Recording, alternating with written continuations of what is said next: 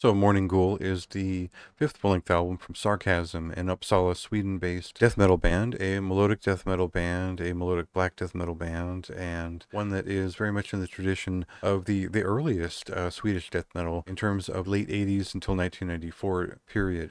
This band, early on, they developed a uniquely atmospheric form of black metal influenced death metal that was related to what was going on with bands like Unanimated and Dissection at the time. Now, that wasn't the whole story. They really had their own sound. It wasn't more than just, it wasn't that much like what black metal was doing at the time, but it was similar enough to what the melodic black death metal style was doing that it stood out. And especially in 1994 when they released A Touch of the Burning Red Sunset and recorded Burial Dimension. I think most of us really hadn't heard any of that until 2011 when the discography compilation revealed that unreleased debut LP. For me, that was mind-blowing. It was I loved the sound of this band, and I was so excited to see that they were back in about 2015, 2017, and when they released that debut LP and announced that they were at work on another one. Within the Sphere of Ethereal Minds made good on their original sound, and it was pretty interesting that they managed it because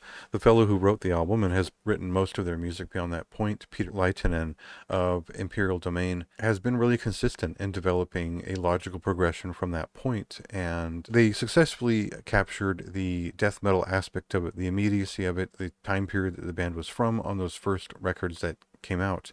Esoteric Tales of the Unserene was really a hit with me. It really collected the intensity and the violence, Swedish melodic black death metal of a certain era in the early 90s, and pushed into the late 90s in terms of the melodic strokes that it took, and that was just a great record. And from that point, they've elaborated upon that sound, trying to find a dynamic that works for the band that still resembles their signature while moving forward. So we'll cut to a song here and get a sense of how they've evolved on this latest release, which sort of takes another step beyond where they've been before.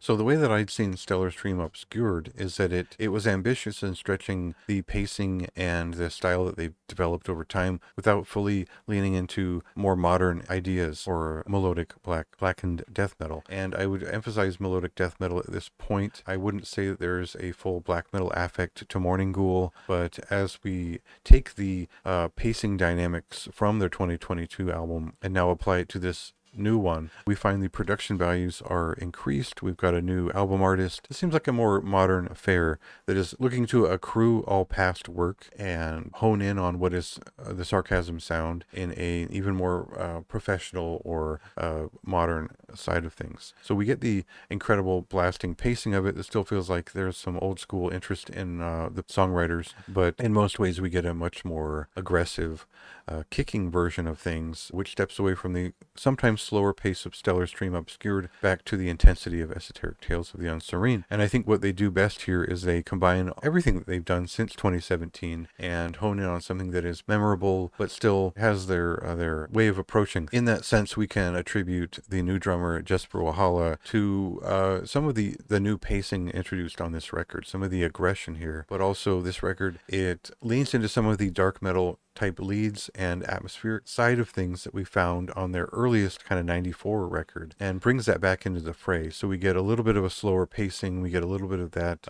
almost gothic melodic death doom touch to some of these songs, a broader oeuvre approached overall on this record that represents their sound overall better, is a little bit more focused in terms of more aggressive pacing, but slows down when it can. So I think I'll always prefer their 90s work. I'll always prefer the return of their debut full-length proper in 2017, but I do like where they went with this record. I didn't find it as memorable as some of their past releases. There are some pretty memorable songs here. I think they've done well to retain the intensity of Sarcasm and do serve it well essentially. So the legacy of the band beyond 2015 is still it's still going. They've been at it for about 10 years. You can tell they're in a good mode here, and they're still finding creative ways to approach this sound and do it right. For me, that's a high recommendation. It's sort of a moderately high recommendation if you are not already familiar with the band. See what you think. This album releases today, April 12th. Go ahead and read the review if you feel like it, and see if this is your kind of thing, if you're a fan of classic Swedish melodic death metal.